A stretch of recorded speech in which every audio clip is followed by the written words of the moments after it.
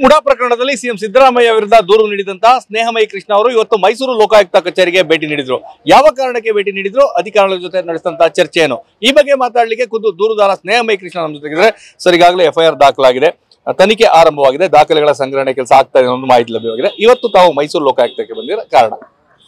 Sir, ನಾನು ಯಾವುದೇ ಪ್ರಕರಣ ದಾಖಲೆ ಮಾಡಿದ್ರು ಕೂಡ ಆ ದಾಖಲಾದ ನಂತರದಲ್ಲಿ ಆ ಪ್ರಕರಣದ ಯಾವ ರೀತಿ ತನಿಖೆ ನಡೆಸಬೇಕು, ಸೊ ಯಾವ ದಾಖಲೆ ಸಂಗ್ರಹ ಮಾಡಬೇಕು, ಯಾರನ್ನು ಆರೋಪಿ ಮಾಡಬೇಕು ಅನ್ನೋದ್ರ ಬಗ್ಗೆ ಒಂದು ಸಮಗ್ರವಾದ ವಿವರವುಳ್ಳ ಅಂತ ಒಂದು ಮನವಿ ಪತ್ರ ಕೊಡೋದು ನನ್ನ ಮೊದಲಿಂದಲೂ ಒಂದು ಹವ್ಯಾಸ ಆಗಿದೆ. ಹಾಗಾಗಿ ಅದೇ ರೀತಿಯಲ್ಲಿ ಈ ಪ್ರಕರಣದಲ್ಲೂ ಕೂಡ ಏನು ಸಿದ್ದರಾಮಯ್ಯ ವಿರುದ್ಧ ಪ್ರಕರಣ ದಾಖಲಾಗಿದೆ. ನಾನು ಆ ಪ್ರಕರಣದಲ್ಲಿ ಸಲ್ಲಿಸಿದ ದೂರಜಿ ಸ್ಪಷ್ಟವಾಗಿ ಮನವಿ ಮಾಡ್ಕೊಂಡಿದ್ದೀನಿ. ಮೈಸೂರು ನಗರ ವಿರುದ್ಧ ನಡೆದಿರ್ತಕ್ಕಂಥ ಎಲ್ಲ ಆಕ್ರಮಣಗಳ ಬಗ್ಗೆ ಸಮಗ್ರ ತನಿಖೆ ನಡೆಸಬೇಕು. ಆ ನಿಟ್ಟಿನಲ್ಲಿ ಯಾವ ರೀತಿಯ ತನಿಖೆ ನಡೆಸಬೇಕು ಮತ್ತು ಯಾವ ದಾಖಲೆಯನ್ನು ಸಂಗ್ರಹ ಮಾಡಬೇಕು, ಯಾರನ್ನು ವಿಚಾರಣೆಗೊಳಪಡಿಸಬೇಕು ಮತ್ತು ಯಾರನ್ನು ಆರೋಪಿ ಮಾಡಬೇಕು ಅನ್ನೋದ್ರ ಬಗ್ಗೆ ಸಮಗ್ರವಾಗಿ ಒಂದು ವಿವರವಾದ ಮನವಿ ಪತ್ರ ಕೊಟ್ಟಿದ್ದೀನಿ. ಸೊ ತನಿಖಾಧಿಕಾರಿ ಇದನ್ನೆಲ್ಲ ಆಧಾರ ಇಟ್ಕೊಂಡು ತನಿಖೆ ನಡೆಸಲಿಕ್ಕೆ ಅವ್ರಿಗೊಂದು ಸುಲಭ ಆಗುತ್ತೆ.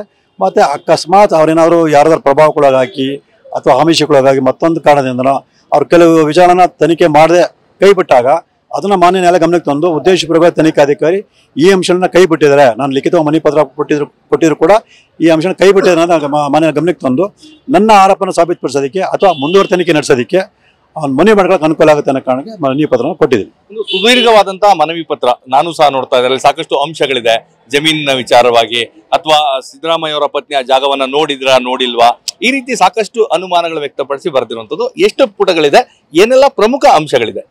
ಸರ್, ಇವತ್ತು ಒಂದು 27 ಪುಟಗಳ ಮನವಿ ಪತ್ರವನ್ನು ಕೊಟ್ಟಿದ್ದೀನಿ. ಅದು ಪ್ರಮುಖವಾಗಿ ನನ್ನ ಆರೋಪಕ್ಕೆ ಸಂಬಂಧಪಟ್ಟಾಗೆ ತನಿಖೆ ನಡೆಸೋ ಸಂದರ್ಭದಲ್ಲಿ ಸಾಕ್ಷಿದಾರನ ಹೇಗೆ ವಿಚಾರಣೆ ಮಾಡಬೇಕು ಅನ್ನೋದು ಕೂಡ ಮುಖ್ಯ. ಯಾಕಂದರೆ ಆ ತನಿಖಾಧಿಕಾರಿಗಳು ಕೆಲಸದ ಒತ್ತಡದಲ್ಲ ಅಥವಾ ಮತ್ತೊಂದು ಕಾರಣದಂದ್ರೆ ಸಾಕ್ಷಿಯನ್ನು ವಿಚಾರಣೆ ಮಾಡೋದಂದ್ರೆ ಕೆಲವು ಅಂಶನ ಬಿಟ್ಟಾಗ್ಬೋದು.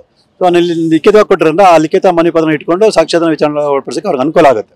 ಸೊ ಹೀಗಾಗಿ ಏನು ನಾನು ಆರೋಪ ಮಾಡಿದೆ ಅದಕ್ಕೆ ಪೂರಕವಾಗಿ ಶ್ರೀಮತಿ ಪಾರ್ವತಿ ಆಗಲಿ ಅಥವಾ ಇತರ ಆರೋಪಿಗಳನ್ನಾಗಲಿ ವಿಚಾರಣೆಗೆ ಒಳಪಡಿಸುವಾಗ ಯಾವ ಅಂಶದಿಂದ ಅವ್ರು ಸ್ಪಷ್ಟೀಕರಣ ಪಡ್ಕೊಳ್ಬೇಕು, ಯಾವ ದಾಖಲೆ ಪಡ್ಕೊಳ್ಬೇಕು ಅಂತ ಸಮಗ್ರವಾಗಿ ಒಂದು 27 ಪುಟಗಳ ಮನವಿ ಪತ್ರನ ಕೊಟ್ಟಿದ್ದೀನಿ. ಸೊ ಇನ್ನೂ ಒಂದು 2-3 ದಿನ ನಂತರ ಮತ್ತಷ್ಟು ಮನವಿಯನ್ನು ಕೊಡ್ತೀನಿ.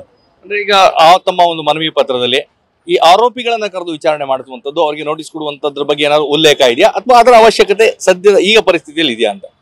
ಸರ್, ನೋಟಿಸ್ ಕೊಡೋ ಮೂಲಕನೋ ಅಥವಾ ದೂರವಾಣಿ ಮೂಲಕನೋ ಅದು ಯಾವ ರೀತಿ ಆರೋಪಿಗಳನ್ನ ಅದು ಸಾಕ್ಷಿದಾರನ ವಿಚಾರಣೆಗೆ ಅವ್ರು ಕರೀತಾರೆ ನನಗೆ ಅದ್ರ ಸಂಬಂಧಪಟ್ಟ ವಿಚಾರ. ಆದರೆ ಅವ್ರನ್ನೆಲ್ಲ ಕರೆದು ವಿಚಾರಣೆ ಮಾಡಬೇಕು. ಆ ವಿಚಾರಣೆ ಮಾಡೋದ್ರ ಸಂದರ್ಭದಲ್ಲಿ ಯಾವ ಅಂಶಗಳನ್ನ ಪರಿಗಣಿಸಬೇಕು, ಯಾವ ದಾಖಲಾತಿಗಳನ್ನ ಅವ್ರನ್ನ ಪಡ್ಕೋಬೇಕು ಮತ್ತು ಯಾವ ಅಂಶಗಳಿಗೆ ಅವ್ರನ್ನ ಸ್ಪಷ್ಟೀಕರಣ ಪಡ್ಕೋಬೇಕು ಅನ್ನೋದ್ರ ಬಗ್ಗೆ ನಾನು ಇಲ್ಲಿ ಅವ್ರಿಗೆ ಮನವಿ ಪತ್ರ ಕೊಟ್ಟಿದ್ದೀನಿ. ಈಗ ತಾವು ಲೋಕಾಯುಕ್ತ ಕಚೇರಿಗೆ ಬಂದಿದ್ರಿ, ಯಾರಿಗೆ ಆ ಮನವಿ ಪತ್ರವನ್ನ ಕೊಟ್ರಿ? ನಾನು ಇಲ್ಲಿ ಪೊಲೀಸ್ ಅಧೀಕ್ಷಕರಿಗೆ ಕೊಡಬೇಕು ಅಂತ ಹೇಳಿ ಬಂದೆ. ಆದರೆ ಅವರು ಇಲ್ಲದೇ ಇರೋದ್ರಿಂದ ಅವ್ರ ಕಚೇರಿಗೆ ಕೊಟ್ಟು ಸ್ವೀಕೃತಿಯನ್ನು ಪಡೆದಿದ್ದೀನಿ.